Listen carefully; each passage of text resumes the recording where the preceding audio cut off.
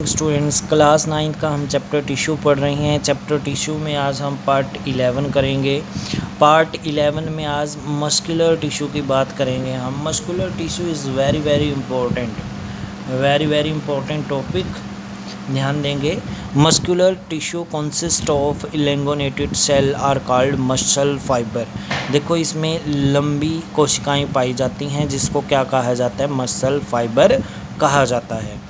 These tissue is responsible for movement in our body, और इन्हीं से हमारे शरीर में क्या होती है? गति होती है। उसके बाद है हमारे पास muscles contain special proteins called contractile proteins. देखो, मसल्स में स्पेशल प्रोटीन पाया जाता है, कॉन्ट्रैक्टाइल प्रोटीन कहा जाता है, जिसको which contract and relax the case of movement, जिसकी वजह से क्या होती है? कॉन्ट्रैक्शन और रिलैक्सेशन दोनों होती हैं। देखो, कॉन्ट्रैक्टाइल जो प्रोटीन है उसकी वजह से कॉन्ट्रैक्शन होती है और रिलैक्सेशन होती है, जिसके कारण हमारी मूवमेंट होती है। उसके बाद है हमारे पास we can move some muscle by conscious will. देखो, हम क्या करते हैं, कुछ जो मसल्स होती हैं उनको कॉन्शियस तरीके से क्या करते हैं? मूव करवाते हैं। ठीक है। Muscle present in our limbs move when we want them to. देखो, जो हमारी लिम्स में मसल्स होती हैं, जब उनको चाहते हैं तब मूवमेंट करते हैं। लिम्स का मतलब होता है हमारे हाथ और पैर। And stop when we do decide, और जब हम रुकना चाहते हैं रुक जाते हैं हमारे पैर। Such muscle are called voluntary muscle. ऐसी मसल को वॉलेंट्री ऐच्छिक मसल्स कहा जाता है। ऐच्छिक क्रियाएं भी बोल सकते हैं हम इनको, ऐच्छिक मसल्स भी बोल सकते हैं। ऐसी कोशिकाओं को क्या बोला जाता है? Voluntary muscles. वॉलेंट्री मतलब ऐच्छिक पेशियाँ।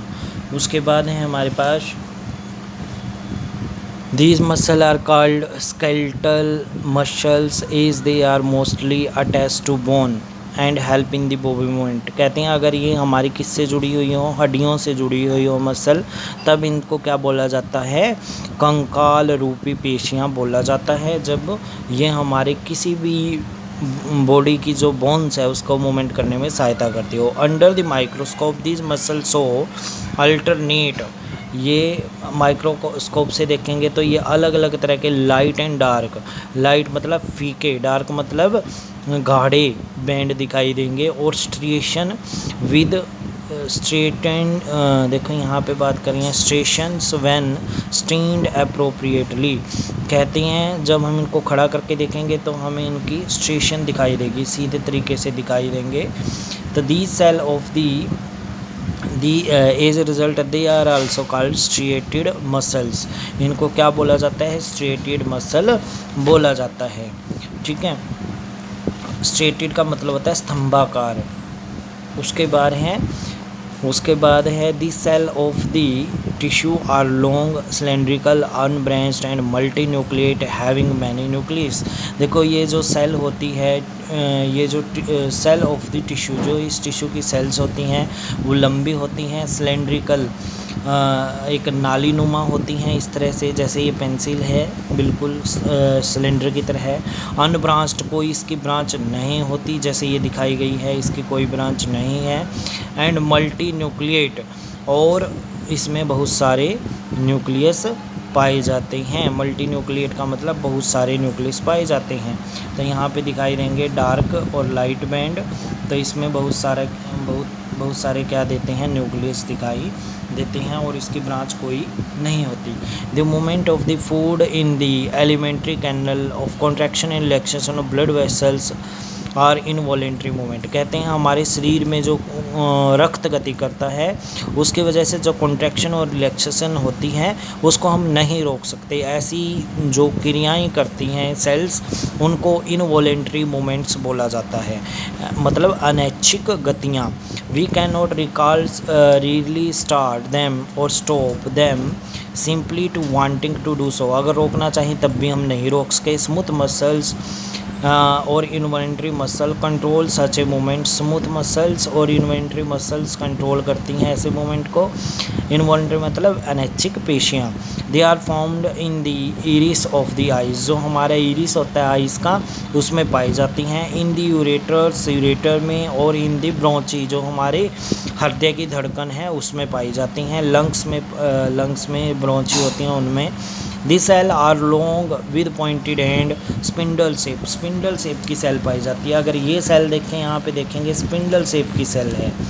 किस तरह की सेल है? ये स्पिंडल शेप है, बिल्कुल ये स्पिंडल शेप सेल है और इसमें एक न्यूक्लियस पाया जाता है। सिर्फ क्या पाया जाता है? सिर्फ एक न्यूक्लियस पाया जाता है, यूनी न्यूक्लिएट। देखो बोला भी गया है। Having a single nucleus they are called unstriated muscles. इसको अनस्ट्रेटेड मसल कहा जाता है। Why would they are called that? ऐसा क्यों कहा जाता है? Contraction and relaxation throughout the life.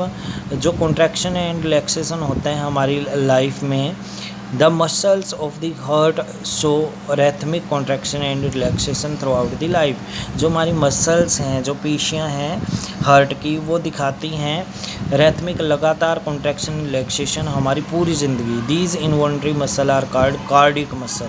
ऐसी मसल्स को क्या बोला जाता है? कार्डिक मसल बोला जाता है। Heart muscle are cylindrical branched and uninucleate. Heart muscles होती है जो सिलेंड्रिकल होती है, ब्रांच देखो ये सिलेंड्रिकल हो गई और ये इनकी ब्रांच निकल गई। सिर्फ ब्रांच की बात की है, जो पहली और इसमें डिफरेंस है सिर्फ यही है, इसमें ब्रांच्ड होती हैं।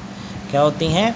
ब्रांच एक दूसरे से जुड़ी हुई होती हैं, तो इसलिए क्या बोलते हैं इसको। और यूनिन्यूक्लिएट, इनमें भी सिर्फ एक न्यूक्लियस पाया जाता है। एक प्रॉपर्टी इसकी पाई जाती है, एक प्रॉपर्टी इसकी पाई जाती है, और खुद की प्रॉपर्टी ये होती है इसकी ब्रांच वाली। यूनिन्यूक्लिएट मतलब सिर्फ एक न्यूक्लियस होता है। आज के लिए हम इतना ही करेंगे, बाकी हम कल करेंगे। और इससे रिलेटेड एक ही क्वेश्चन बनता है, तीनों में डिफरेंस है, स्ट्रेटेड, नॉन स्ट्रेटेड और कार्डिक मसल में। तो ये डिफरेंस आपने करना है विद डायग्राम। ये तीनों डायग्राम भी बनाने हैं।